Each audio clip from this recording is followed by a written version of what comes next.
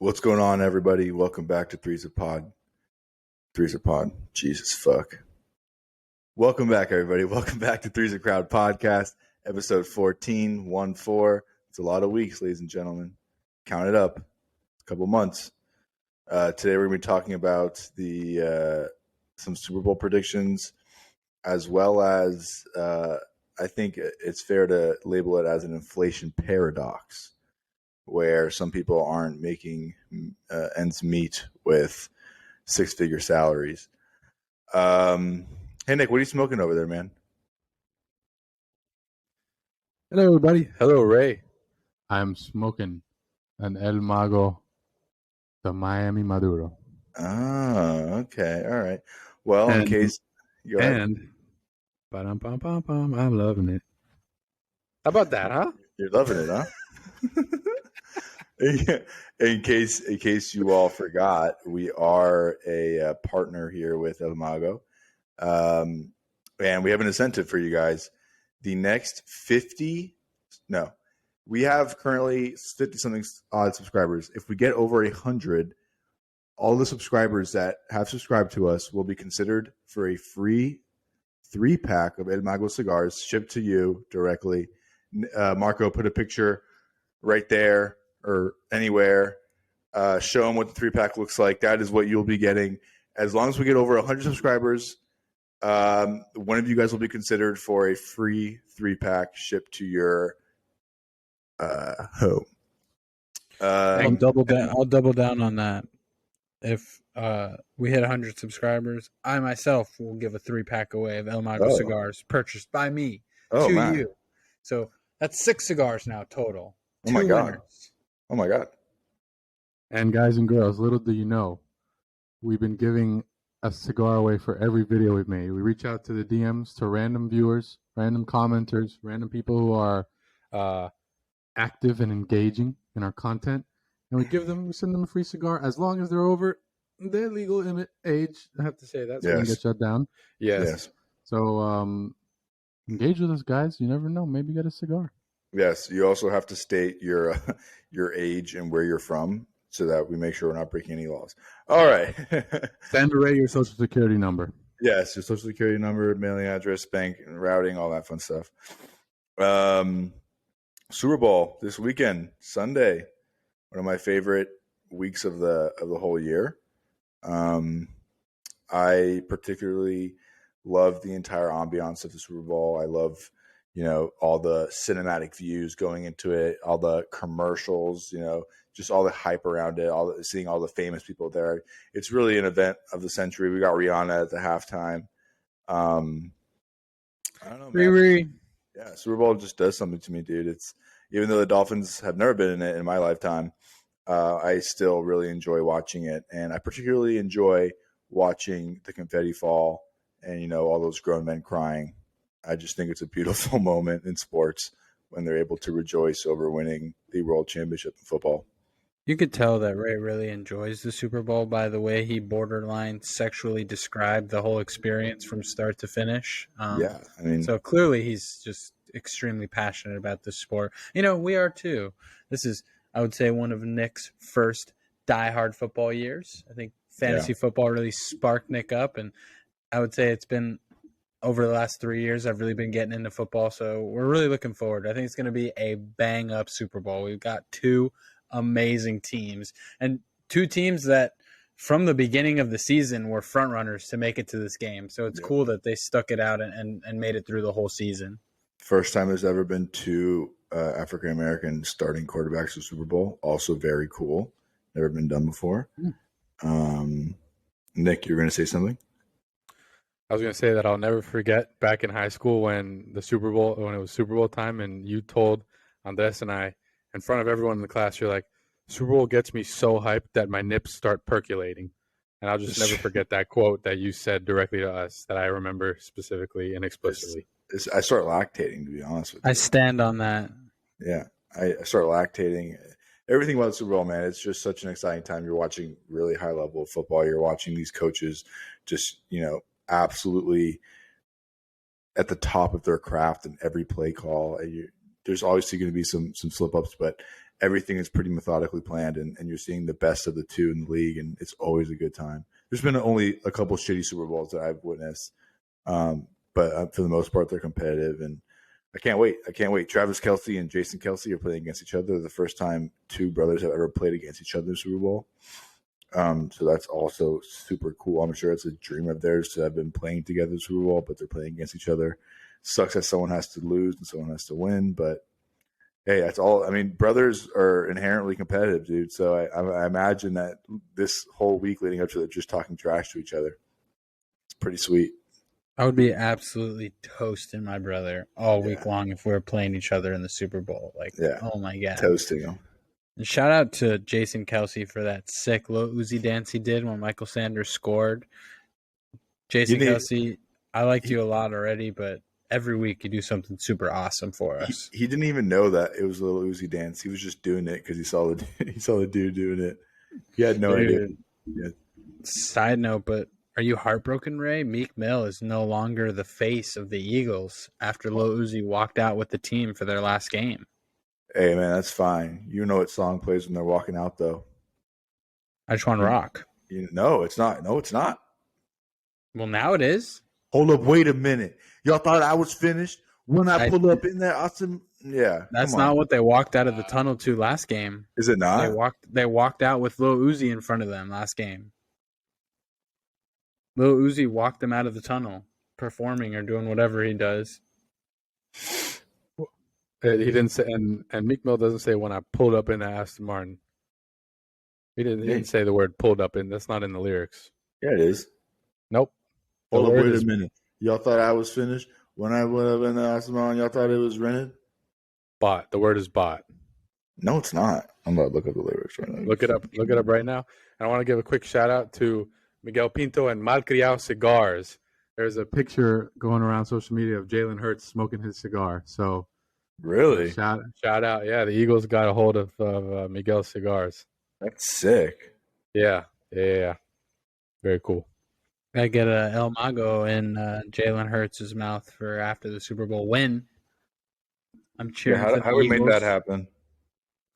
Yeah, I don't know, but just send him a text, Ray. Yeah, you're right. That's probably the easiest way. Let's lead it off here. When I bought that Aston Martin, y'all thought it was rented. Is it really? Oh my! And I don't even listen to like that. Yeah, that's my fault. So first question. I thought I was finished when I bought that. Yeah, god damn it, dude. That's my song. Fuck. Fake ass fan. God damn it. All right, first question. Yeah. Which quarterback?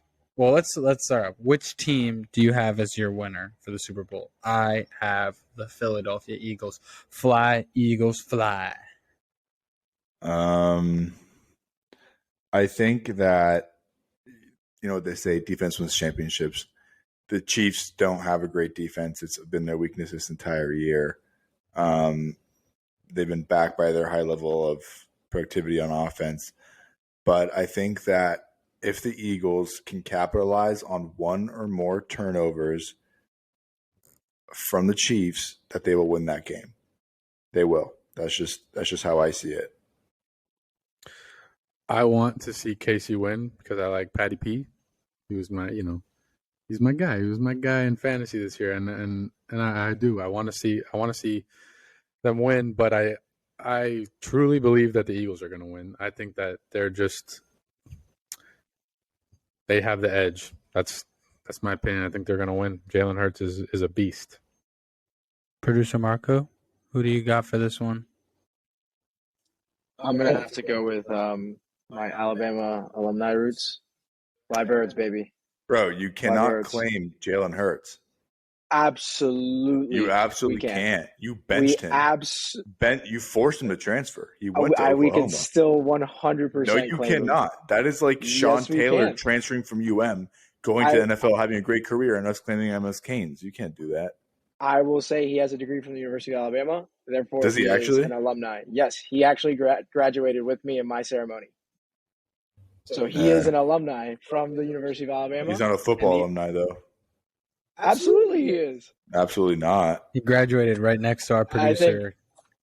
Can you imagine Jalen Hurts in the presence of Three's a Crowd podcast producer. What a humbling experience for him. That's crazy, in reality, and he doesn't even know it yet. That's crazy. You force your star starting quarterback out because you bench him, and Alabama fans want to claim him. That's messed up, man. Dude, you know what they say about Alabama? You either claim the QB1, whoever the best QB is at that time, or you claim your cousin. So it's one or the other. All right. I can't say that's the first time I've heard a joke like that. Pick number 2. Yeah. Which quarterback will have the most passing touchdowns? Passing, not rushing. Passing touchdowns. My pick is Patty P. Yeah, I think Patty P will, he creates offense out of seemingly nothing. Like he just extends plays to the level where the play should have been over 7 seconds ago, and somehow he's throwing a pass 30 yards down the field to a seemingly wide open guy. So, I mean, I think throwing like passing touchdowns wise, I think Patrick Mahomes probably has the advantage on that. But Jalen Hurts uses his legs to an extent where he also extends plays. So I think where Jalen Hurts is most lethal, though, is like in the red zone. You see the offensive line and what they're doing in the red zone, bro. I mean, they are pushing the defensive line like 5 yards off the line of scrimmage. It is nuts. So I think with a big quarterback like Jalen Hurts, with the arm that he has, he will be productive in the red zone, but I think Patty P will ultimately throw more touchdowns. Same as you guys, Patty P, more touchdowns. I also think, because of the way his ankle is, he has a little more incentive to throw the ball than run as much as he usually does. So I definitely think he'll be throwing more TD passes. That's old news, bro. That ankle's old news. They're going to cortisone the absolute shit out of that ankle. Yeah, but it won't mean that it's 100. Maybe they can get it to 80. He's not going to feel it for 4 hours after kickoff. It does not matter. He will have no sensation under his shin. Yeah, but he won't. If that shit's torn like the way they said it is, he won't have the same level of coordination, even if he doesn't feel pain. So I don't know, because he's like shifty, That's his game. He's kind of shifty and he's quick, and so I think he won't run the ball the way you expect him to normally run the ball still, even though, yes, he's not going to be able to feel his ankle at all. I feel kind of guilty because, Kansas has, done so much for me in the sense that they've given me an opportunity to attain my JD. And I don't want to say I'm rooting against Kansas City, but I'm just irritated by how good they are consistently. You know what I mean? Like I was talking to one of my buddies here who's a diehard KC fan. And basically, but what I'm gathering from what he says is that he has an expectation to go to the Super Bowl and win the Super Bowl every season. And that pisses me off. It makes me angry because there should be no expectation of winning a Super Bowl before the season starts. You need to feel pain. You need to feel the pain that I have felt. You've got to feel like Dolphins fans. Yes, please.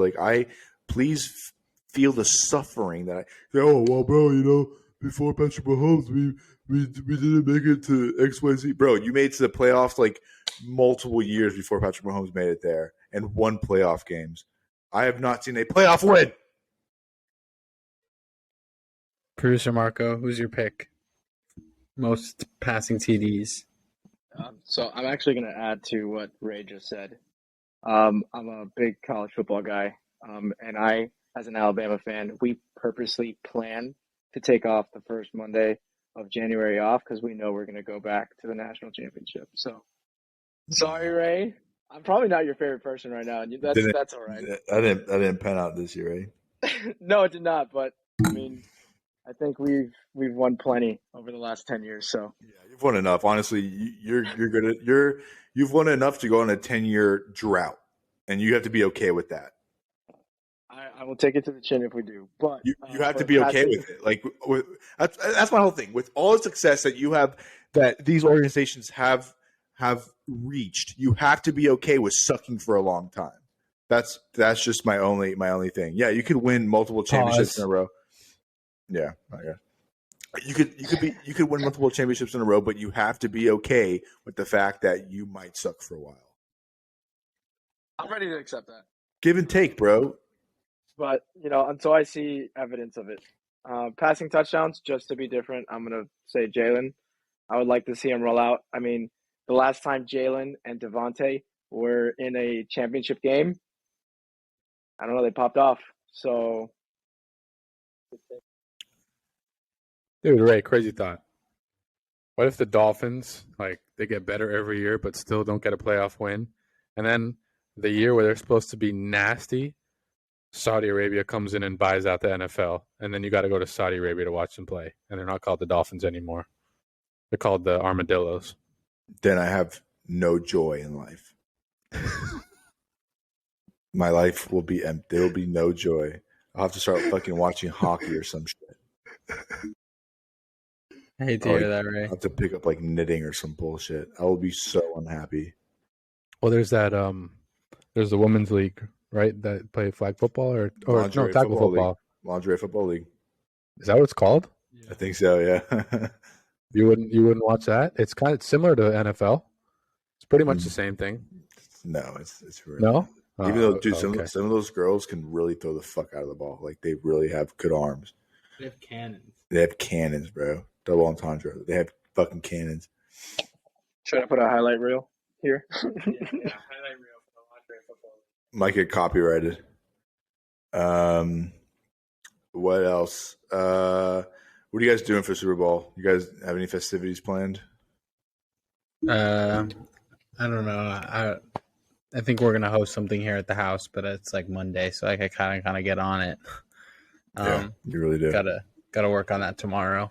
What is your top 5 Super Bowl food/snacks? Let's hear it.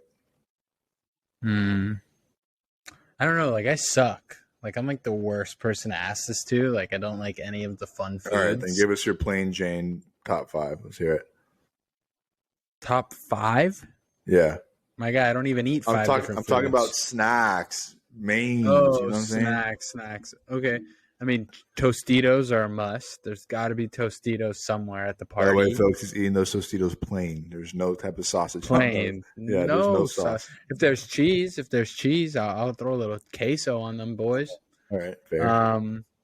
I love cheese board, charcuterie board. You know, that's always great. I love some cold cuts and some queso. Can I count a hot dog in there? I love a good dog. Yeah, I love a good dog.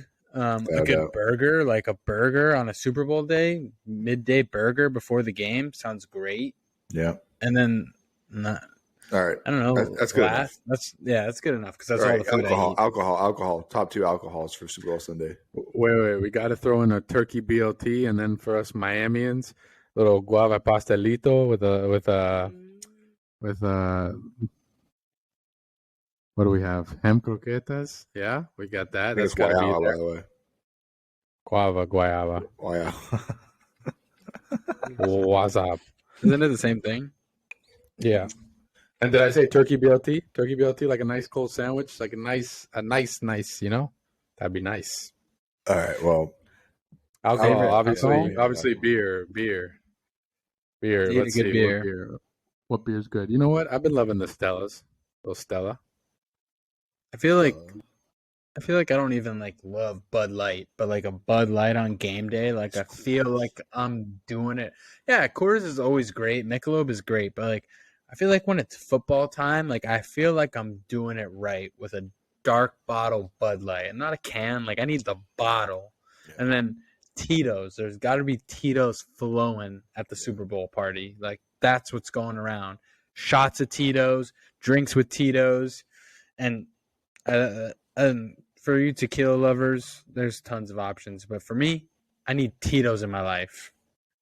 Ordinarily, I would watch Super Bowl with my dad, but these past 3 years, I have watched them by my lonesome. So, I mean, it's actually something that I've come to enjoy a little bit, I think, because I'm able to just kind of analyze the game and not really be distracted. I mean, as a kid, Super Bowl parties, like you're not really watching the game. Like you're doing everything but watch the game. And like as I've grown up, like I've just learned so much about football, and I'm able to analyze and look at the game and kind of the lens that I want to, which is offensive minded. I play offensive line, so I'm looking at the offensive line. I'm looking at different situations, and I kind of love that. But food wise, we're doing chicken wings for sure. You gotta have chicken wings there. You gotta have hot dogs. I love fucking hot dogs, dude. I could eat 1 billion hot dogs. French fries have to be in that mix. Burgers have to be in that mix. And then, you know what? For the sake of the Super Bowl environment, Doritos. You have to have Doritos. You got to. The commercials are too good to not enjoy. Yeah, you can't. You have to enjoy Doritos while the commercials are coming on. It's phenomenal. It's like a top tier chip, to be honest with you. Nachos, Doritos, top tier chip. Are you a red or a blue bag? Red. Red bag is far superior. Yeah. And like, I get it. Like the blue bag is good, and some people like it, but bro, a good pack of red Doritos, like my mouth is watering. You're getting a great experience from a chip perspective in there. Yeah. Last Super Bowl. No, not last. The first Super Bowl I watched it by myself was KC and Tampa Bay, and I bought a pack of White Claws, and I drank all the White Claws by myself, and I got figgity fucked up, dude. I drank all 12 of them. I was sitting. I have like this like chair that is like it's like circular, and it's like not very stable. And I fell so hard out of that chair just being a little drunkard. So I'm not going to go with seltzers on this. I'm going to go with a nice freezing Coors Light. Like I want the mountains to be crazy blue. Like they have to be fucking John Merrill's eyes blue, baby. All right. Shout out Johnny. So you're talking about like maybe like a little ice chip running down on one of the sips from the inside of the bottle. Maybe a little beer slush. You know what I mean? Very cold. And sounds delicious. Vodka soda, Tito's. And that's my ideal Super Bowl environment, man. Just you guys missed one thing. One classic Super Bowl combo. White wine and methamphetamine. That's the Arkansas special. Dude, now I absolutely love I love those barefoot commercials now. They're trying to like pair wine and football. I think that's hilarious. Those are funny, yeah. Those are funny. All right. Before we move on to the next topic, because we're about halfway in time here, I want each of you to predict score. 3 things: the score, the color of the Gatorade, and which company will have the best commercial. All right. The score will be 37-34 Eagles. Jesus fuck. Oh my God. Okay. It's going to be a big scoring game. The color of the Gatorade this year is going to be red. And I feel like it's very rarely red. Yeah, I don't know. I don't know the stats on that. It's just a blind guess. All right. And then the best Super Bowl commercial will be the FanDuel commercial with Rob Gronkowski. Has to be. All right, for score, I'm going to say 23 Eagles, 17 Chiefs. Okay, that's my score. And then color Gatorade. My mind wants to say red, but my heart wants to say orange. Oh, that's what I was going with, baby. So I'm gonna go with orange. And then what was the third question? What was the other question? Best commercial. Best commercial. I mean, Budweiser's always in the running for the top 3 commercials because they put on a performance. They have some real heartfelt commercials, bro. So it could be them, but then you could have a wild card that just has some funny, sarcastic thing going on. Mm-hmm. I don't know, man. I don't know. You know what would be funny? Like a commercial that's like spoofing FTX, and it's another crypto company. That would be good. There's zero Zero crypto chance. companies doing commercials this year. All of them backed out off their contracts. Good. Boys. I also want to note that it cost $7 million for 30 seconds of a commercial time during Super Bowl. Yeah, Get your marketing dollars up. Get your marketing dollars up. Yeah, we tried to put one in for Three's a Crowd, but for some reason we just couldn't come up with the funds. Yeah, I'm not sure. For some reason, the bank doesn't want to approve a company with 50 subscribers and 60 followers on social media for $7 million. Yeah, it's kind of which is pretty whack. Kind of fucked, yeah. I'm gonna go Budweiser because I don't know who the hell else is gonna have a commercial. All right, fair, super fair. All right, score 27-21. Eagles. I like that. Gatorade color, I wanted to say orange, but Nick already took that from me. So in order to be different, I will say blue. So now we all have our own picks. If Nick's pick hits, I'm still claiming orange. I am. I am. And the best Super Bowl commercial, oh man, dude, Doritos always has a really good one. Really, really good one. I'm going with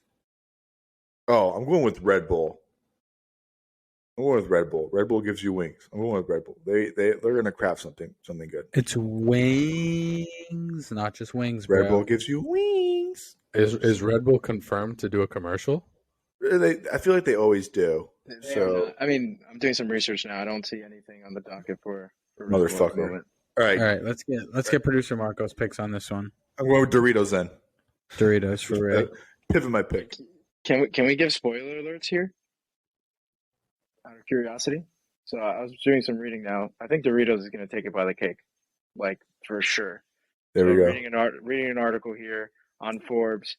Doritos. Jack Harlow gets involved in a love triangle with these pointy chips. I win. So I think Doritos is going to take it by a lot, but that's just me. I win. Score, obviously, Eagles, and it's going to be 34-31. I think it's going to come down to the legs. And that's not running. That's punting. Nice. Excuse me. So, Gatorade color. I mean, what options are available? Yeah. Orange? Yellow's the last one? Yellow and red. I'm going to go red. Oh, on this side, red. I'm just going to go red. Oh, you said red? I'm going to go yellow. I'm sorry. That's what I'm going with. What about commercial? You want with commercial? You want Doritos as well? I'm going with Doritos too. Because just reading that alone, I'm just like, yeah, no. All right. It's not even close. All right. I think Pop Chips is doing a commercial, like a Breaking Bad themed commercial. I saw like a little teaser of it. It was phenomenal. Dude, how the hell are they affording to do? Do people eat Pop Chips like that? Is that a real company? Yeah, Pop Chips are they're popping. No pun intended. I think I'm changing my stance that Rob Gronkowski's probably is going to be the best commercial because they put the most emphasis on it, and that guy's just a natural comedian. Yeah, just want to come out clean and say that. All right, we'll revisit this after Super Bowl and see who's right about most of these things. All right, Andres, take us into our next topic here. Next topic, slightly more on the downtrend side of things. We're way inflation up there, paradox. Really excited about Super Bowl, and now we got a not so great stat for you guys. So CNBC reported that 64% of Americans making six figures, $100,000 right now, are living paycheck to paycheck. This is pretty unfortunate news, seeing as most people thought a few years ago that if you're making $100,000, you're killing it. And now we're hearing most of these people are living paycheck to paycheck. I think it's a little bit of a few things. Obviously, inflation across food and different things like that has definitely made things tough. I also think, like we spoke about before, this credit card epidemic that we live in. I think some people are living a little above their means and not doing a great job at budgeting. Because I also saw a stat when I was looking into this as well that I think around 50% of people in America could not afford a $1,000 emergency fund that they needed to cover, which is extremely concerning because where the hell's the money? Like where's the money at if you can't cover $1,000 expense on a fly? So we'll kind of open this up for discussion, and I'll come in towards the end with my opinion. I'd like to see where this data was, like how this data was gathered. Like geographically, I'm assuming it's going to be more so in metropolitan cities, right? Where the cost of living is much more expensive. Like 100 grand in New York does not go a long way. In New York City does not go a long way. 100 grand in Miami may go a long way if you're living in the right place. I don't know if you're living in Brickell, how long 100 grand salary is going to cost, last you. I don't know how long it's going to last you if you're living in somewhere like San Francisco. So I think that we need to know exactly how much of that percentage is based on people from metropolitan cities, because inherently the cost of living is more expensive. Inflation in New York is nuts. So 100 grand may not cut it. 100 grand may not even be in the upper echelon of earners in New York. So, but what's crazy is that, yeah, you could see like who exactly this is affecting, where exactly they're located. But the thing is, at the end of the day, that doesn't really matter, because it's 65% of all the people making 100 grand, and the 100 grand is making 100 grand or 100 grand or more, or just 100 grand. Oh, I think it said like around 100 grand, whatever. But like that's pretty much barely cutting it, like survival wise. And I read that of the people living paycheck to paycheck, 40% would be immediately like considered broke if they got fired or they lost their source of income. Like immediately they'd be considered broke. So I think it's a really, really, really bad sign, and I think that really honestly think that the whole concept of the American dream and all that, I think that's really dying out fast, and I think that at some point, many people won't be able to, I guess if you want to call it like level up financially, like they won't be able to break out of classes because the top will have so much power and will handcuff the rest of the population, and people are just going to be stuck like Chuck. That's my opinion. I think that it comes down to a lot of key factors, and like what Ray said, it really depends where you live. But I also think that you need to be strategic. Like if you lived in that place that was affordable when you bought it or when you moved in, you had to have been putting some type of money away. If you weren't, that means you maybe overextended yourself when it was cheaper, and now that it's more expensive, you're barely breathing. And a lot of people fail to just budget things. Like if you make 100 grand, let's say, I mean, this is probably terrible math, but let's say that you make $4,500 a month in, no, that's terrible math. If you're making 100 grand, what's your monthly income? 9 grand. 9 grand a month. Yeah. So let's say you're making 9 grand a month, which, I mean, that's a lot. That's a good amount of money. Like if you're considering that people's mortgage is $2,500 to $3,500, you still got a decent amount of runway monthly to play around with.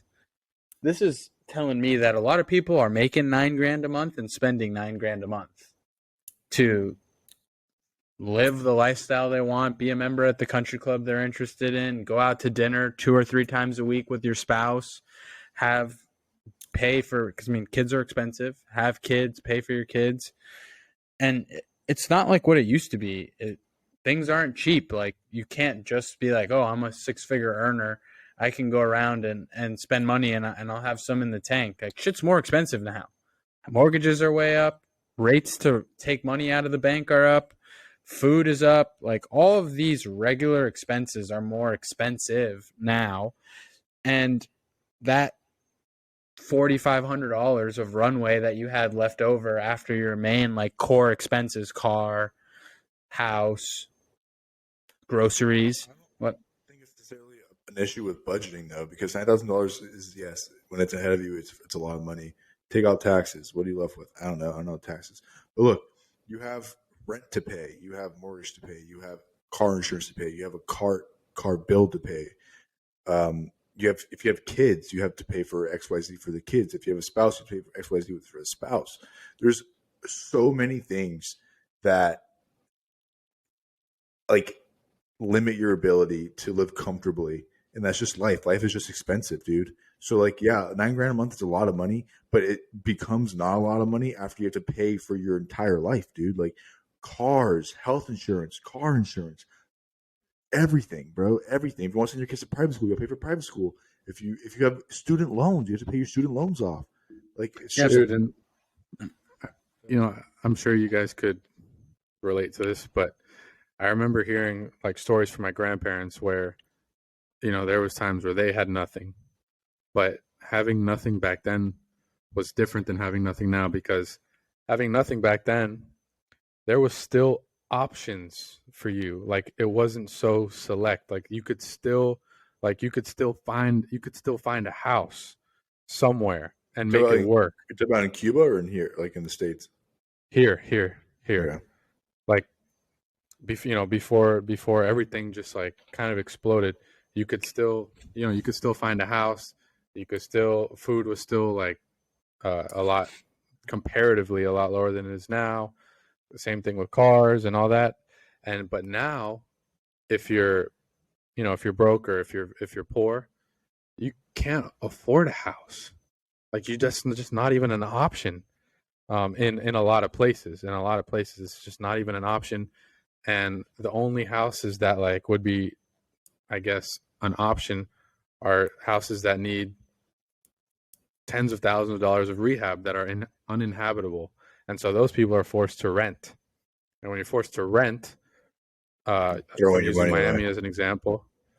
If I'm using, you gotta have a roof over your head. So it's not like you're throwing your money away. It's just that you're not able to have reserves because you gotta live. And like in Miami, the average rent I would say is probably $2,000. For like $2,000 a month. If you're going on the low end, $1,500 a month. So it's just different now. It's not, things aren't very affordable for everyone. It's getting only affordable for certain people. Yeah, and I mean, I think it's both like case scenario. Like, yeah, I also just think flat out $100,000 isn't what $100,000 was 5-6 years ago. Of course not. At all. Of course not.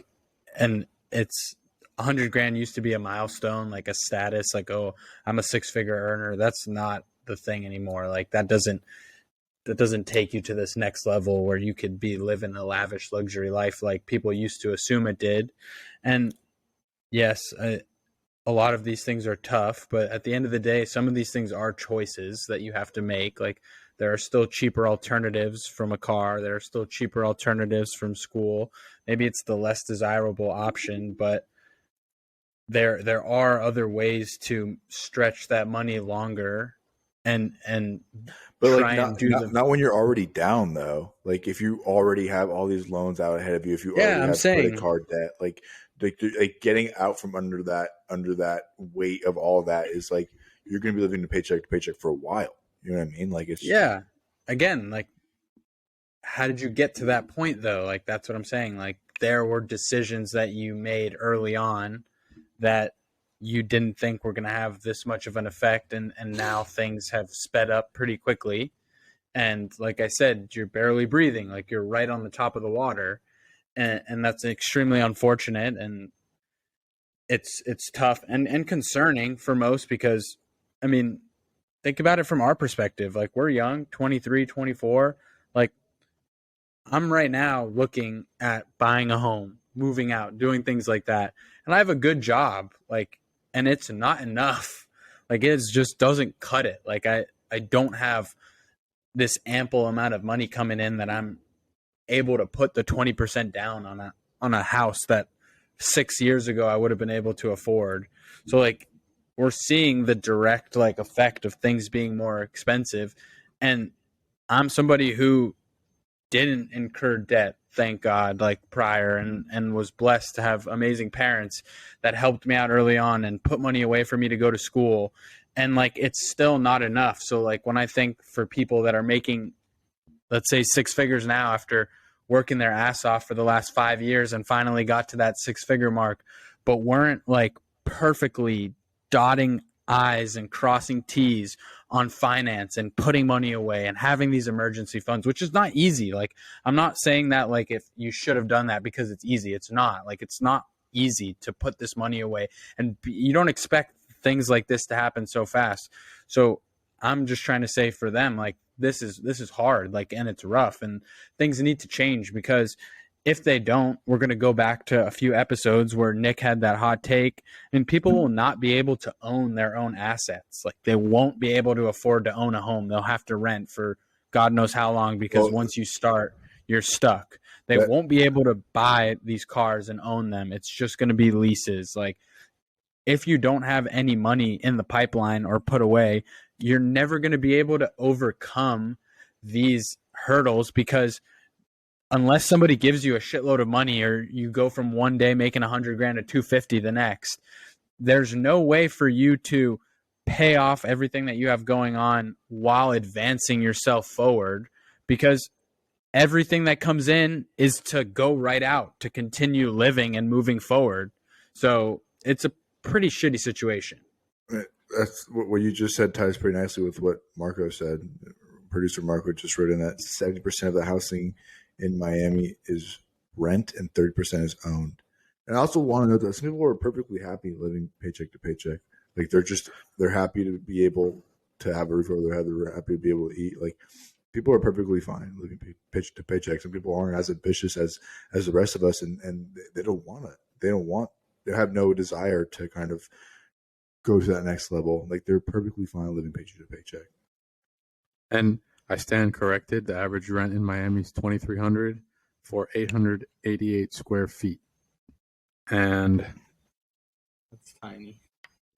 Yeah, 64% of the available rent spaces is over 2,000 in Miami, and yeah, I mean that 70%, rent and 30% own. That's not unique to Miami.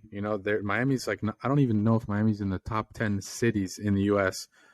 That are rental cities. I think there's some cities that are closer to like in the upper 80% of being rentals, and it seems like everything is moving more corporate nowadays, and I think that's the reason why there's not as much opportunity for the little guys, because if you want to buy somewhere, you're not going to be able to afford it because there's groups that aren't selling it, but they'll rent it to you at a high price. Yeah. And then also, I think now what's really incentivized is the U.S. institutions, the financial institutions, are really pushing for you to be in debt. So back in the 80s, you had CD rates at a bank, which are fixed rates, so you put your money in that earn a percentage. CD rates were no problem, 15 to 16% a year is what you would earn on your money. Now, probably the highest CD rate is maybe 6, not even. So, I don't know. I think people are just getting pushed to be in different forms of debt. The have it now and pay later type of thing, and I think that is a big cause of this as well. I'm in debt and I love it. You're gonna be out soon, bro. You're in strategic debt. Like, there's certain, like, you shouldn't take out $150,000 to go get an art major to become a teacher. And there's nothing against teachers, like that. Just the return on investment. Just the return on investment doesn't make sense to me. Like, I can comprehend somebody pulling out $150,000 to go get their law degree, knowing that over the span of the next 10 years of their life, they have the potential to earn $500,000 at a successful firm or at a successful independent firm. Like, that I can wrap my head around.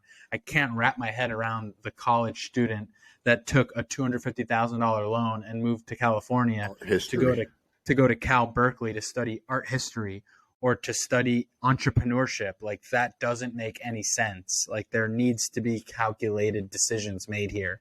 So, not to shit on anybody with debt. Debt is important, and you can go into strategic debt, and tons of businesses do it, tons of individuals do it, but it's got to be with the purpose to get a return on your investment that makes sense. And some of these situations, like these credit card debts and things like that, they don't make any sense. Like paying 20% interest on your credit card because you wanted to get yourself 5 purses when you're making $45,000 doesn't make any sense. And that's what's happening. And so I don't want to shit on anybody, and I don't want to say make debt seem like the worst thing ever, because there's strategic debt and ways for you to use debt to your advantage. And you should borrow money from the institutions and use their money before you use yours, but with the intention to return it and put extra money in your pocket, not just for fun with play money so that you can, I only make $100,000, but I can take out this money and I could be living on $175,000 person's salary. So that's what we're dealing with. It's also important recognizing people just don't care, bro. Like they'll be some people just don't give a fuck. They'll be an art history major. They'll have credit card bills, and they are happy, bro. And ultimately, I mean, at the end of the day, look, if you're happy, like do whatever the fuck you want. But if your financial situation, you have eviction notices and stuff, and you're still smiling when you wake up in the morning, bro, good for you, man. Keep doing it. But I envy you. Make money in the U.S. Drop out of college. Drop out right now. Right now, as we're sitting down, drop out. Do not drop Make out. money. Move somewhere. Somewhere where the dollar goes further. Live a good life. Don't do that. Do that. I'm moving to Costa Rica tomorrow. Don't do that. Marco, fire in a hot take. All right, boys. So I'm going to keep it with recent events. Beijing on Monday accused the U.S. of overreaction and the indiscriminate use of military force in shooting down a Chinese balloon, warning of damage bilateral relations. Do you think this was actually a weather balloon? And if you don't, what were they investigating or spying on? Or what do you think it is? It was definitely not a weather balloon. Why the hell does China give a shit about our weather or weather in the United States? It's 100% something shady. If not, it wouldn't have been such a big deal. I don't know what the hell they wanted to know, but they want to know something. Their economy is not kicking like it used to. I think they had their first year in like 30 years that they had negative GDP. So who knows what their intentions were behind it, but I can promise you it wasn't good. And I'm very happy that we shot that bitch down, and we did it sick with fucking fighter jets, like the right way, the American way. I agree. That was a spy balloon. China was spying, being sneaky. And in my opinion, they were either trying to look at some type of military base and get some intel on a military base, or they're looking at farmland, because I know they're just buying land in different countries, and they're just trying to own a bunch of shit all over the world. So I think that thing was remote controlled. China knew exactly where they wanted it to go, and they had it come into the U.S. from, I guess, Montana, and they shot it down over North Carolina. So, yeah. Apparently they jammed allegedly the U.S. jammed it the second it crossed our border, so it couldn't pick up or relay anything. That's what they say. Who knows if that's real or not? But yeah, I'm glad we shot that bitch down. Number one, it's certainly not a weather balloon, because this 200-foot tall balloon that weighed more than a couple thousand pounds had explosives on it to detonate it in case it got discovered. So it was not a weather balloon. A weather balloon does not have explosives. And the fact that they had a spy balloon that big with explosives on it going over the continental United States makes me sick. It makes me fucking ill, dude. It makes me so angry. I am so fucking angry about it. Like, come on. Like, what are you trying to accomplish? There's nothing that you could see with that fucking weather balloon that you can't see with a satellite. Absolutely nothing. So, yeah, I think that they actually did jam it when it crossed the border. Otherwise, they would have just fucking detonated it once we discovered it. So I really can't comprehend why they would do that. Like, you could see everything that you saw with a satellite. I mean, the path that it was going, it went over a couple silos, like nuclear silos, but I really can't comprehend why they would do that, why they would tarnish relations like right now. Dude, based on the size that it was, I mean, you have to think it's way better than Google Earth or anything else in the sky. Like, they could have probably seen, the hairs above your lip growing in. I don't know. Unless they're just trying to spy on everyday people, I can't see why they would do something like that. I really don't. Like, it's just senseless. It's such a bad fucking strategic move. We should send a fucking 800-foot balloon down the fucking China Sea. Just fucking. Did you guys see the meme of what looked like a bald eagle balloon? I was like, we should send this over China. This is massive American eagle. Yeah, bald eagle hot air balloon flying through China. Bro, I can't believe they had the fucking balls to say that we had an unproportionate response. I cannot believe that. Over our airspace, over our people, over our fucking continent, you have a fucking massive balloon, and now when we shoot it down, fuck you, China. America. Yeah, fuck you, China. Dude, if we send a balloon shaped like a dumpling, do you think they'd notice that it's American? Yeah, it probably won't look too authentic, I don't think. Yeah, I'm really angry about it. I was so happy when I saw a video of them fucking shooting it down with like Top Gun. It was sick. They sent F-22 Raptors up there. It was fucking sick. Guys and girls, comment what you think about the balloon situation. We want to know. Balloon? No balloon? Weather? No weather? Nick, China? Nick, on this outro right now, I need you to look up the video of the guy. You don't want war. We don't like war. But if you want war with the United States of America, there's one thing I can promise you, God, so help me God. I got you. Play that. I'll put it over. We're going to get copyrighted. No. So just play the audio. Okay. Guys, this is what I want you to get from this entire podcast, okay? This is what I want. This is your treat. If you made it this far, you are welcome. This is an absolute trick or treat.